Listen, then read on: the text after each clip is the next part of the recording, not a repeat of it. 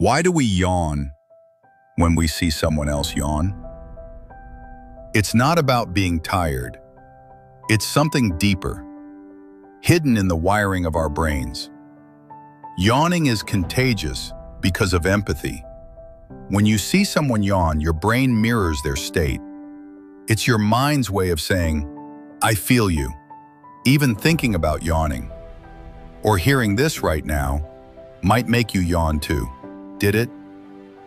It's one of the few reflexes that connects us, a small sign that you're human.